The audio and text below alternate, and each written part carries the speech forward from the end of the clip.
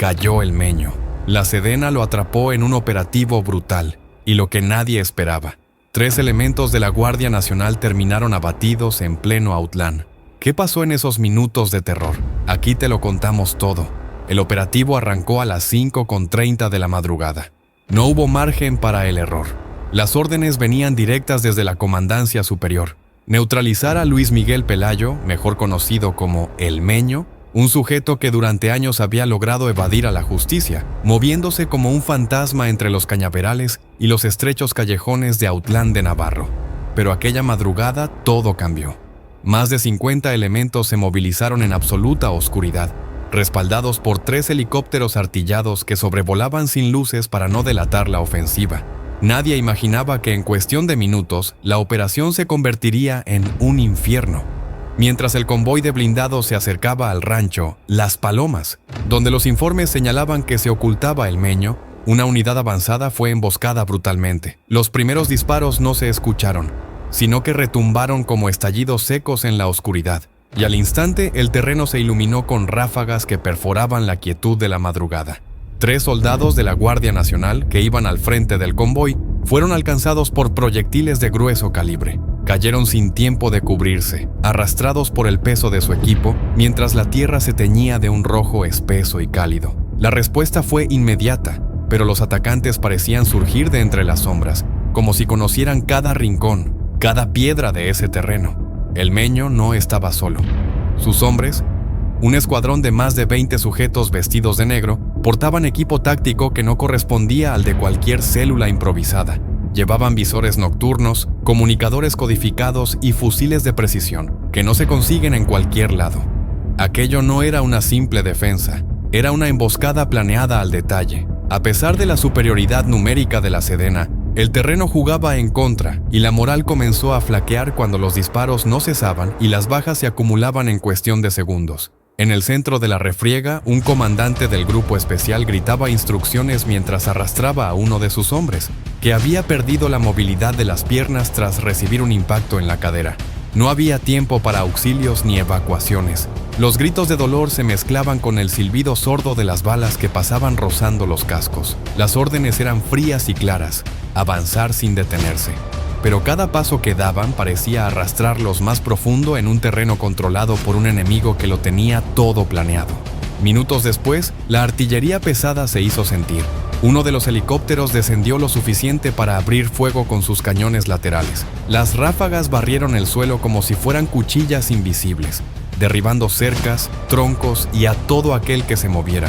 Sin embargo, la resistencia del grupo del Meño era obstinada. Colocaron trampas explosivas improvisadas en el camino y una unidad completa de la Guardia Nacional fue volada en pedazos cuando su blindado pasó sobre un artefacto oculto bajo una manta de hojas secas.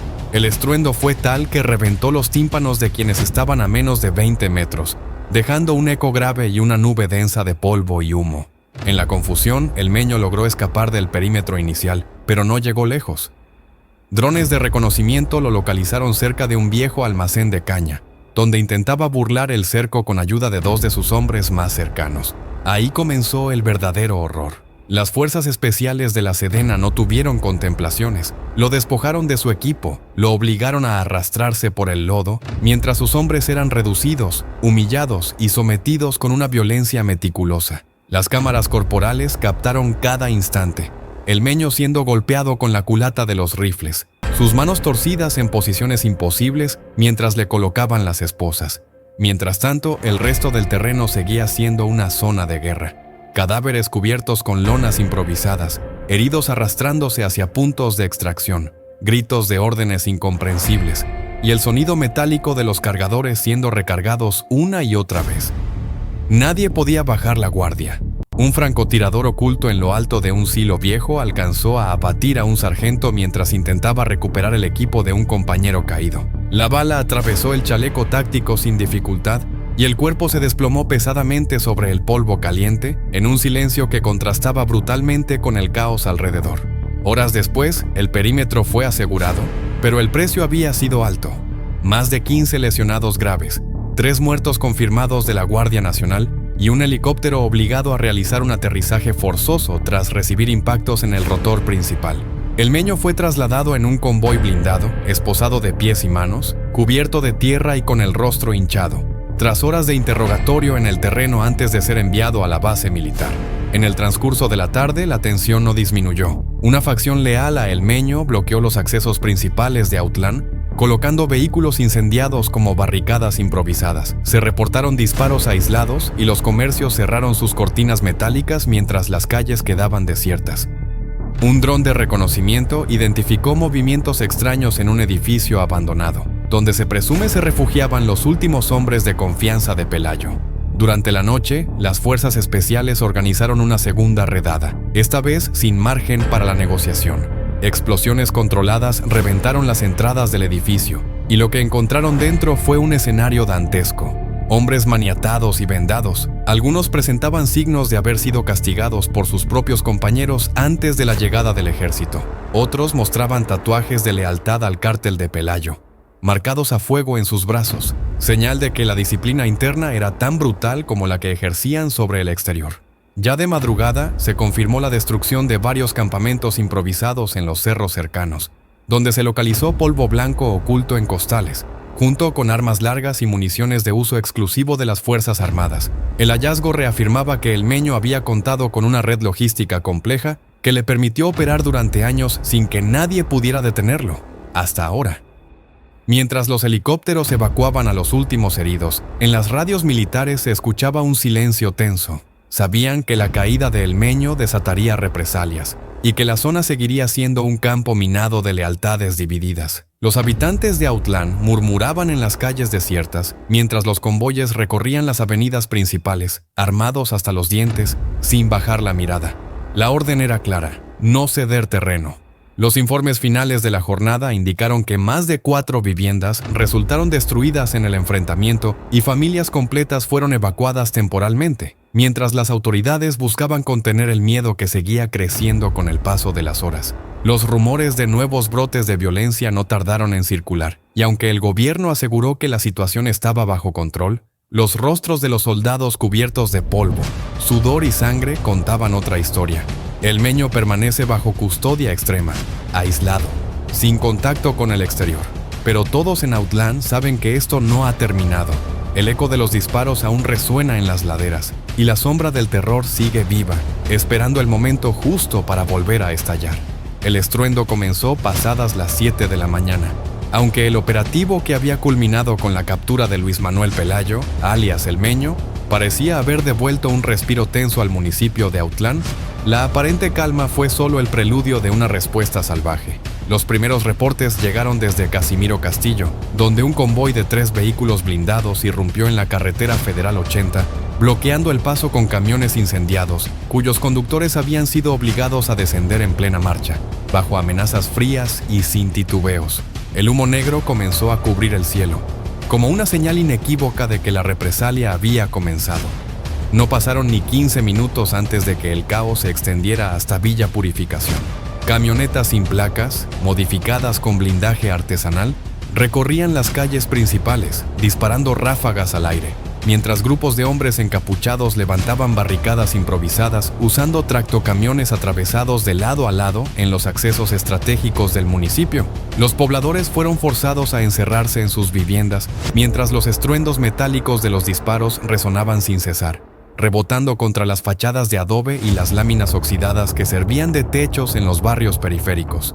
En la carretera, las fuerzas de la Guardia Nacional intentaban recuperar el control, pero las cuadrillas armadas habían tomado ventaja de su conocimiento del terreno. Utilizando caminos de terracería, lograban rodear los puntos de vigilancia, desplegándose como una sombra amenazante que parecía no tener fin. El saldo preliminar era aterrador. Varios vehículos oficiales calcinados, armamento sustraído directamente de los cuerpos sin vida de los uniformados que no alcanzaron a repeler el ataque, y 2 convoyes emboscados en menos de media hora. La noticia comenzó a difundirse por las frecuencias de radio no oficiales. El Meño cayó, decían los mensajes, pero lo que seguía no era una victoria, sino un desafío abierto. Los rumores crecían a cada minuto. Se hablaba de un ultimátum lanzado directamente desde los mandos intermedios del Cártel Jalisco, que juraron recuperar a su lugarteniente a cualquier costo.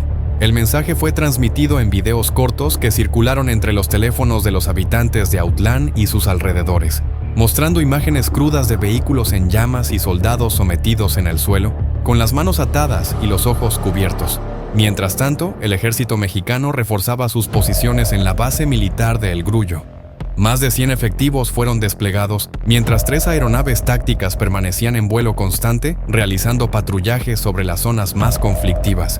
La tensión era palpable. Incluso dentro de los cuarteles, los soldados se preparaban con equipo completo, sabiendo que cualquier distracción podría significar su última misión. Las órdenes eran estrictas: proteger la integridad de la zona, contener los bloqueos y capturar a cualquier individuo armado sin importar las consecuencias. En medio de esta atmósfera asfixiante, surgieron nuevas informaciones que encendieron aún más los ánimos. Luis Manuel Pelayo, antes de ser capturado, había intentado entregar a sus custodios un paquete con información delicada, buscando algún tipo de negociación desesperada.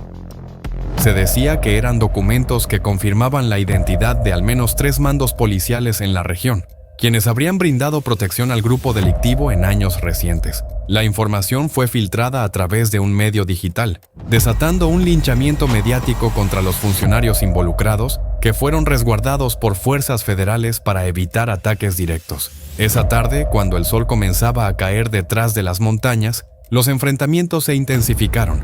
Una caravana de camionetas modificadas, con torretas artesanales y escudos improvisados soldados al cofre, descendió de la sierra en dirección a Autlán. Abrieron fuego contra los retenes militares, lanzando granadas caseras que estallaban en una lluvia de metralla y humo espeso. Los soldados respondieron con fuego concentrado, pero las filas enemigas seguían avanzando como si el miedo les fuera ajeno. Cuerpos caían a cada paso, y sin embargo, los sobrevivientes empujaban hacia adelante, disparando ráfagas largas y precisas. En el centro de la ciudad, el pánico se desató.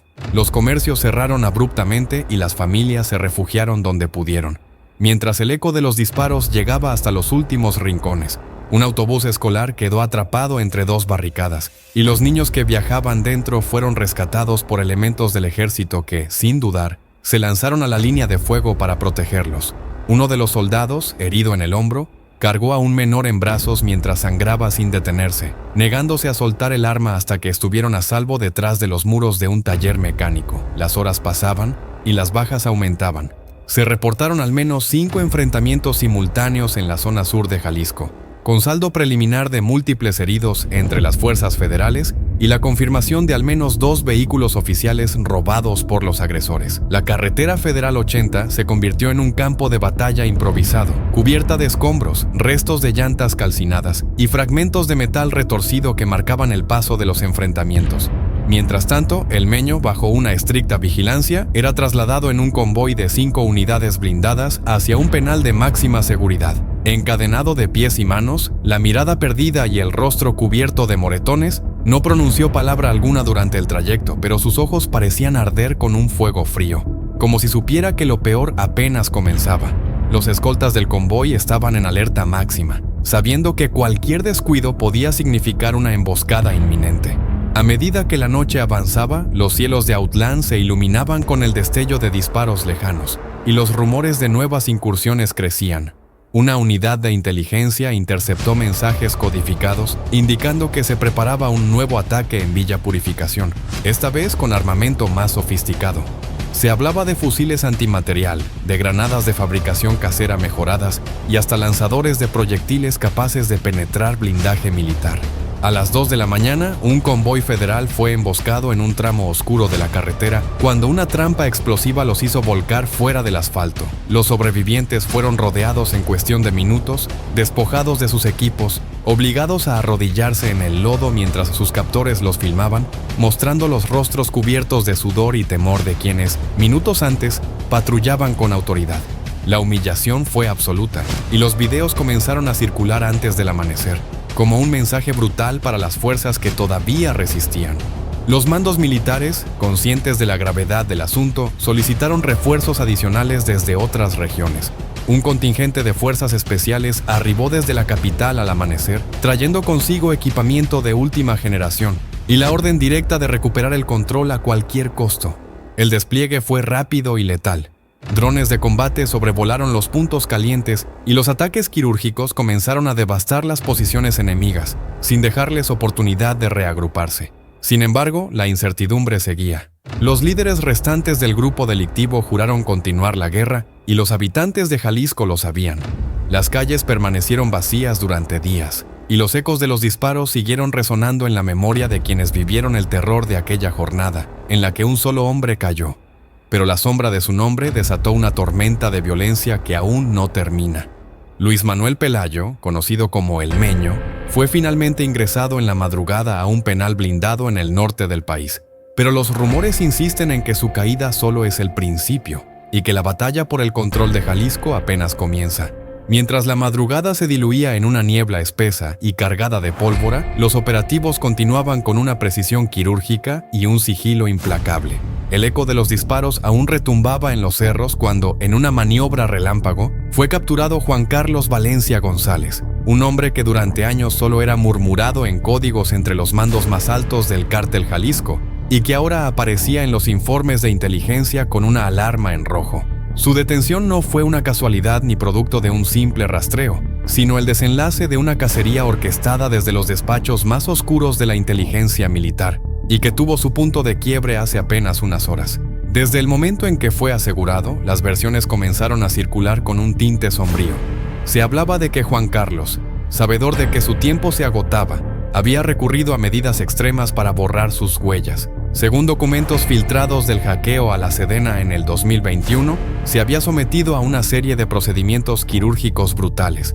No solo una rinoplastia, como se decía al principio, sino implantes faciales que deformaron su estructura ósea, injertos de piel trasplantados de regiones poco visibles de su propio cuerpo y eliminación de huellas dactilares con ácidos corrosivos. Se convirtió en un espectro difícil de rastrear, al punto de que, durante años, circulaban retratos hablados contradictorios, ninguno coincidente.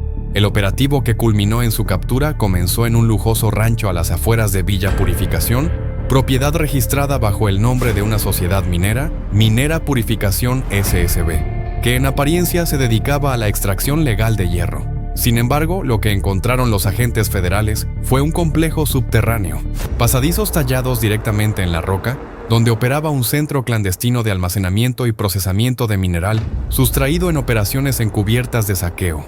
La relación entre Valencia González, el exalcalde Edgar Manuel Medina Reyes y el empresario Alejandro Verdín Pelayo se tejía allí como una telaraña perfectamente diseñada.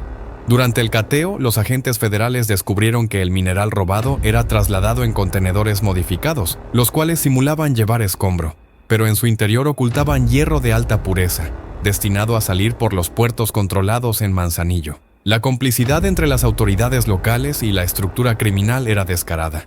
Registros oficiales alterados, firmas falsificadas y sellos de seguridad duplicados se encontraban por decenas en las oficinas ocultas del rancho. Y entre esos documentos, planos detallados de túneles que conectaban el complejo con caminos rurales, perfectos para escapar en caso de incursión militar, aunque esta vez no les sirvieron de nada. Juan Carlos Valencia, apodado en clave El Ingeniero, fue hallado en una sala blindada, oculta detrás de un muro falso de concreto. Vestía ropa sencilla, sin lujos, como si buscara pasar desapercibido, pero sus ojos delataban el peso de los años en la clandestinidad. Se entregó sin resistencia, aunque, según los reportes de los agentes, mantuvo una sonrisa inquietante todo el tiempo, una que, lejos de parecer de resignación, parecía esconder una certeza macabra. Sabía que su captura era solo el inicio de algo mayor. Al amanecer, mientras los helicópteros sobrevolaban el perímetro, fuerzas federales encontraron los restos de una emboscada fallida a un convoy militar en la carretera Federal 80, cerca de Autlán. Las unidades blindadas presentaban impactos de fusiles de alto calibre, y en el suelo yacían los cuerpos de 3 individuos atados de pies y manos, con signos evidentes de humillación y tortura. Habían sido abandonados como un mensaje directo a los mandos militares. Esto no ha terminado. Las imágenes fueron retenidas por los canales oficiales, pero se filtraron minutos después en redes clandestinas, sembrando un miedo paralizante entre los habitantes del sur de Jalisco. Las siguientes horas fueron un desfile de confrontaciones sin tregua. Comandos armados descendieron desde la Sierra del Tigre, sembrando barricadas en caminos rurales, colocando trampas explosivas en los accesos a los poblados. Se reportaron ataques coordinados contra patrullas federales, quienes resistieron en posiciones improvisadas, atrincherados tras muros perforados por los disparos enemigos. El aire se llenó de un olor acre, mezcla de pólvora y combustibles incendiados, mientras los gritos de órdenes de combate y las detonaciones se perdían en el eco de las cañadas. En el cuartel temporal de El Grullo, los mandos de inteligencia militar se sumían en deliberaciones frenéticas. La información que Juan Carlos Valencia había proporcionado durante el primer interrogatorio era perturbadora. Reveló que el exalcalde Edgar Medina Reyes y el empresario Alejandro Verdín no eran simples colaboradores, sino parte de un consejo de administración criminal que dirigía operaciones de saqueo, tráfico de recursos y contrabando de polvo blanco, bajo la fachada de actividades empresariales y contratos públicos. Valencia dibujó un esquema de poder que iba más allá de Jalisco, alcanzando redes en Colima, Nayarit y Michoacán, donde empresas fachada ofrecían servicios legales mientras financiaban el poderío bélico del cártel. Mientras tanto, el penal de alta seguridad donde permanecía Luis Manuel Pelayo, alias El Meño, fue puesto en alerta máxima. Informes de inteligencia advertían que un grupo de mercenarios altamente entrenados planeaba una incursión para liberarlo. Se rumoreaba que habían logrado infiltrar personal dentro del penal, y las alarmas sonaron sin cesar durante 3 noches consecutivas, hasta que finalmente una cuadrilla de internos fue descubierta excavando un túnel desde el área de visitas. Las represalias fueron inmediatas y brutales, con los cabecillas de la operación trasladados a celdas de castigo, sus comunicaciones interrumpidas, mientras guardias adicionales triplicaban las rondas de vigilancia. A lo largo del día, la violencia escaló aún más. En Villa Purificación, un convoy de camionetas negras, sin placas ni distintivos, recorrió la plaza principal lanzando panfletos manuscritos que amenazaban a los habitantes, obligándolos a abandonar sus hogares si no querían ser parte del conflicto. La mayoría huyó al caer la tarde, mientras los que permanecieron vivieron horas de incertidumbre, escuchando el rugir de motores y el golpeteo de metales contra los portones cerrados. En el transcurso de las horas siguientes, 5 enfrentamientos simultáneos sacudieron la región, extendiéndose hacia Ejutla y El Limón. Francotiradores apostados en los cerros ofrecían cobertura a los grupos que descendían en formación cerrada, mientras los helicópteros de las fuerzas federales iluminaban con sus reflectores las brechas donde se ocultaban. El intercambio de disparos era constante, como si el aire se hubiera convertido en metal líquido, hiriendo todo lo que se cruzaba en su camino. En un movimiento inesperado, los líderes sobrevivientes del Consejo Criminal activaron un plan escudo, una estrategia diseñada para fragmentar a sus fuerzas en pequeñas células, que ahora operaban sin comunicación centralizada, pero con un objetivo común: interrumpir las operaciones federales mediante emboscadas sucesivas y ataques a los suministros. Los alimentos y el equipo médico comenzaron a escasear en los campamentos militares, mientras las líneas de suministro eran cortadas una por una, generando una desesperación creciente entre los soldados, que resistían bajo el peso de la fatiga y el calor sofocante. La noche anterior fue solo el preludio de lo que esta madrugada estremeció al suroeste de Jalisco. Las luces de los helicópteros se reflejaban como dagas sobre los tejados de lámina, mientras el rugido de los motores hacía vibrar las paredes de las casas que quedaban en pie en Unión de Tula. Las calles vacías daban paso al estruendo de los convoyes militares, que avanzaban lentamente bajo el amparo de un silencio que solo se rompía por ráfagas aisladas. Pero lo que desató la verdadera tormenta fue la confirmación, casi susurrada al principio, pero luego gritada por los altos mandos: el exalcalde Edgar Manuel Medina Reyes había sido capturado. Su caída se dio tras una persecución implacable que comenzó horas después de que Luis Manuel Pelayo, apodado El Meño, fuera asegurado en el rancho conocido como El Ahuat, cerca de Autlán de Navarro. Se dice que Medina Reyes trató de huir en una camioneta blindada, camuflada para parecer una ambulancia. Los soldados lo cercaron a menos de 500 metros de la brecha por donde pensaba escapar, y cuando lo sacaron del vehículo, no quedaba ni rastro del político impecable que alguna vez cortó listones en la plaza principal de Villa Purificación. Sus ropas estaban rasgadas, sus manos temblorosas, aferradas a un maletín que contenía documentos, números de cuentas bancarias en paraísos fiscales y un teléfono satelital encriptado. Según quienes lo vieron caer, Medina suplicaba a los soldados, ofreciendo información a cambio de que no lo entregaran vivo. En otro punto, mucho más al norte, en los límites de Ayutla, una segunda operación envolvía al empresario Toribio Alejandro Verdín Pelayo. El que fuera alguna vez rostro de la minera Purificación SB, se ocultaba en una cabaña fortificada, bajo una identidad falsa, haciéndose pasar por un capataz ganadero. Las unidades de reconocimiento lo detectaron a partir de un dron que captó una señal térmica inusual. Lo que encontraron fue un búnker rudimentario excavado debajo del piso de la cabaña, donde Verdín permanecía con otros 2 sujetos armados, sin saber que las fuerzas federales ya habían colocado cargas explosivas en el perímetro para inutilizar cualquier intento de salida. Tras una breve pero intensa confrontación, el empresario fue arrastrado fuera del escondite, cubierto de tierra y sangre, incapaz de mantenerse en pie por sí solo. Dicen los reportes preliminares que las condiciones dentro del refugio eran deplorables, sin ventilación adecuada, lo que hizo que Verdín presentara signos de asfixia y delirio al momento de su aprehensión. Pero las detenciones solo encendieron más el conflicto. Al confirmarse la caída del llamado Triángulo de Villa Purificación, un nuevo frente de violencia estalló sin tregua. Grupos armados comenzaron a incendiar vehículos en las entradas y salidas de Ejutla, levantaron barricadas improvisadas con camiones de carga y en algunos puntos atravesaron tractocamiones en llamas para impedir el paso de las unidades militares.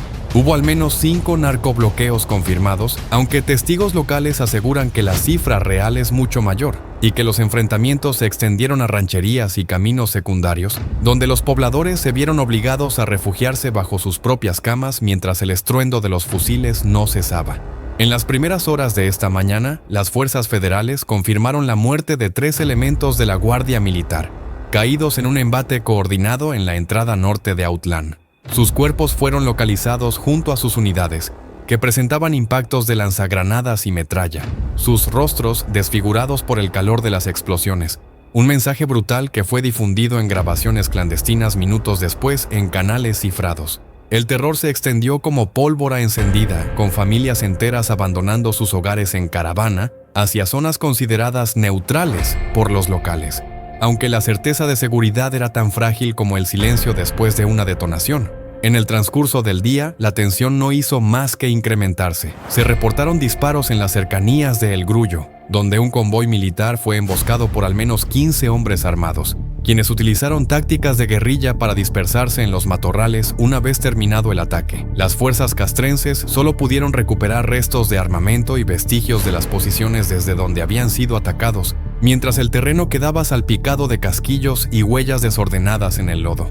Mientras tanto, el interrogatorio a El Meño se intensificaba en un búnker subterráneo en Lagos de Moreno. Se habla de que fue trasladado en un convoy de vehículos sin distintivos, resguardado por un destacamento especial, pues existía el temor de un intento de rescate durante el traslado.